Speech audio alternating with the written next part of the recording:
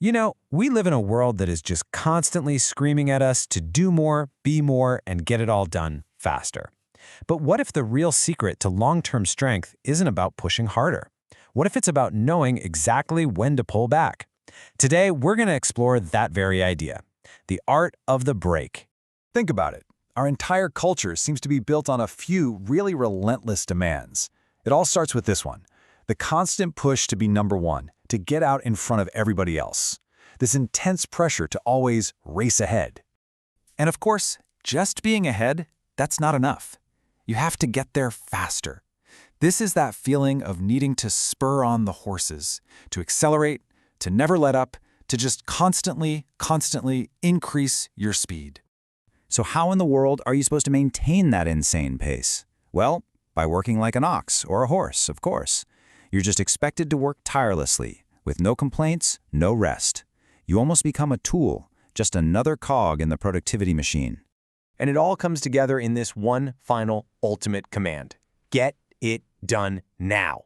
Not tomorrow, not in an hour, right now. This is the culture of instant results, and let's be honest, it is absolutely exhausting. So when you put all that together, what do you get? It's basically a perfect recipe for burnout. It really makes you stop and ask, in a world that just shouts faster, more, now, is this high-pressure race really the only way to live? Well, thankfully, the material we're looking at today suggests a really powerful alternative. And it's not about giving up, not at all.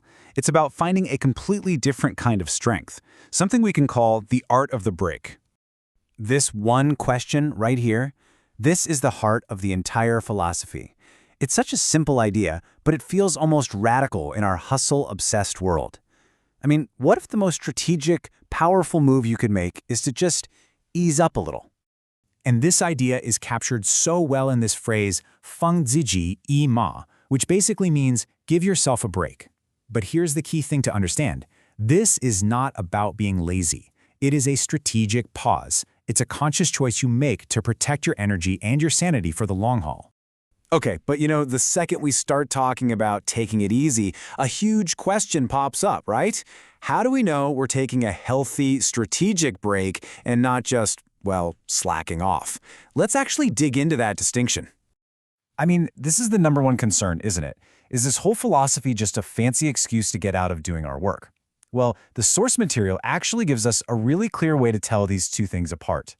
So, here's the bottom line. Taking a strategic break and just being irresponsible are fundamentally different things. And we can actually draw a pretty clear line in the sand by looking at 5 key distinctions. Let's jump into the first one. First up, motivation. What's driving the action? Giving yourself a break is a direct response to that extreme overpressure we were talking about, that demand to work like an ox. It's a necessary course correction.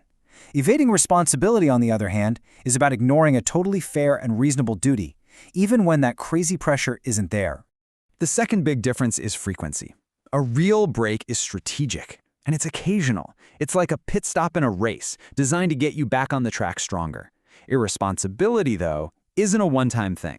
It's a habit. It's a constant, ongoing pattern of avoidance. And third, the mindset behind it is totally different. A strategic break comes from a place of self-compassion. It's you being aware of your own limits and knowing you need to recover to stay effective. Self-indulgence?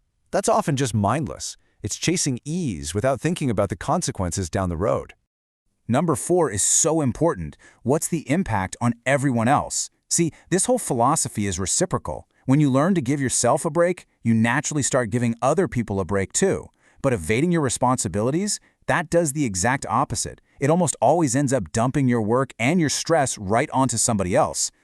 And finally, let's talk about the work itself. Taking a break might mean being strategically less exacting. You're consciously deciding not to sweat the small stuff on some tasks so you can save your energy for what really matters. It's smart. Irresponsibility, on the other hand, is just being careless with everything, with no strategy, no thought, no discretion at all. Okay, so that's the theory, which is great. But what does this actually look like in our day-to-day lives? Let's take a really common, really modern source of stress and see how we can apply this idea. Let's talk about that instant reply anxiety. You know, that feeling that you have to respond to every email, every message, immediately. So first, you recognize that this pressure is coming from that get-it-done-now culture. Step 2, you practice self-compassion. You give yourself permission to not reply right away. And third, and this is the real game changer, you start giving other people that same grace, releasing them from that crazy expectation too. And suddenly, the stress level drops for everyone. And that really brings us right back to the core message. It becomes this amazing, virtuous cycle. When you give yourself a break, it gets way easier to give others a break. And that, in turn, creates a healthier, saner, less frantic world for everyone to live in. So when you look at it this way, it becomes really clear that this isn't about weakness. It's not about running away. Actually, it's all about building a more sustainable, more resilient kind of strength by knowing when to slow down. You can even start to see this idea of a break as a kind of competitive edge. It's a vital, corrective mechanism that pulls you back from the edge of total burnout. It helps you reclaim your humanity, so you're not just seen as a work oxen. This makes you way more flexible and adaptable. And ultimately, that's what builds the real long-term psychological resilience you need to actually succeed. So in the end, we can redefine what letting go or giving a break really means.